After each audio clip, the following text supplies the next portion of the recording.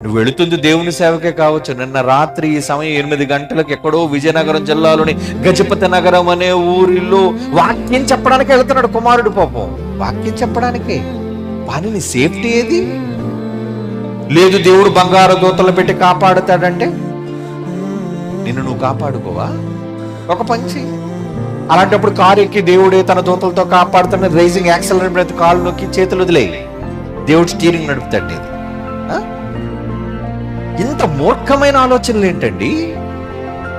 దేవుని యందలి భయము భక్తి ఏదండి? భద్రత ఏదండి? భద్రత.